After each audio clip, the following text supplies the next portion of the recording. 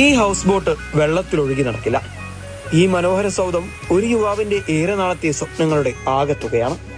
15 വർഷം മുൻപ് വീടിനടുത്ത് ഹൗസ് ബോട്ട് നിർമ്മാണം നടക്കുന്നത് കണ്ടാണ് ചെറുവത്തൂർ കിഴക്കുമുറിക്കാരൻ രാജേഷിന് അവയോട് താല്പര്യം തോന്നുന്നത്. സ്വന്തമായി ബോട്ട് വാങ്ങണമെന്ന ആഗ്രഹം സാധിക്കാതെ വന്നപ്പോൾ തന്റെ വീടിന് ഹൗസ് ബോട്ടിന്റെ രൂപം നൽകാൻ ഈ യുവാവ് തീരുമാനിച്ചു.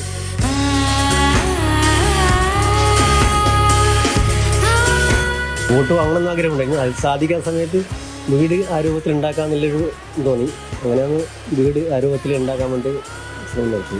ഏകദേശം ബോട്ട് നമുക്ക് കണ്ടിട്ടില്ല. എന്നാൽ ബോട്ടിൻ്റെ ലെവൽ ഉണ്ടാക്കാമെന്നുള്ള ഇതിനെക്കാട്ടും കുറച്ച് വലുതാണ്ടായിരുന്നു. അന്ന് സൗകര്യം കുറച്ച് കുറഞ്ഞതുകൊണ്ട് കുറച്ച് അല്ല ഇപ്പം എല്ലാവരും നല്ല ഭംഗിയിട്ട് കാണാനില്ല. ഇന്ന് ഈ വീട് നാടിനാകെ പ്രിയപ്പെട്ടതാണ്. തന്റെ സ്വപ്നങ്ങൾ രാജേഷ് ആദ്യം പങ്കുവെച്ചത് സഹോദരിയുടെ മകളും ആർക്കിടെക്റ്റുമായ ഷീബയോടാണ്.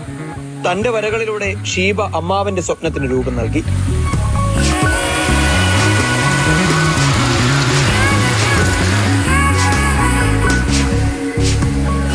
കുടുംബവും ഈ യുവാവിന്റെ ആഗ്രഹങ്ങൾക്ക് പൂർണ്ണ പിന്തുണ നൽകി. വീടുണ്ടാക്കുന്നതിൽ മാത്രം ഒതുങ്ങി നിന്നില്ല രാജേഷിന്റെ പുരവഞ്ചി പ്രേമം.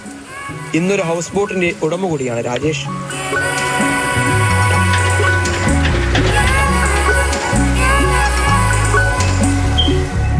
മാതൃഭൂമി ന്യൂസ്, കാസർഗോഡ്.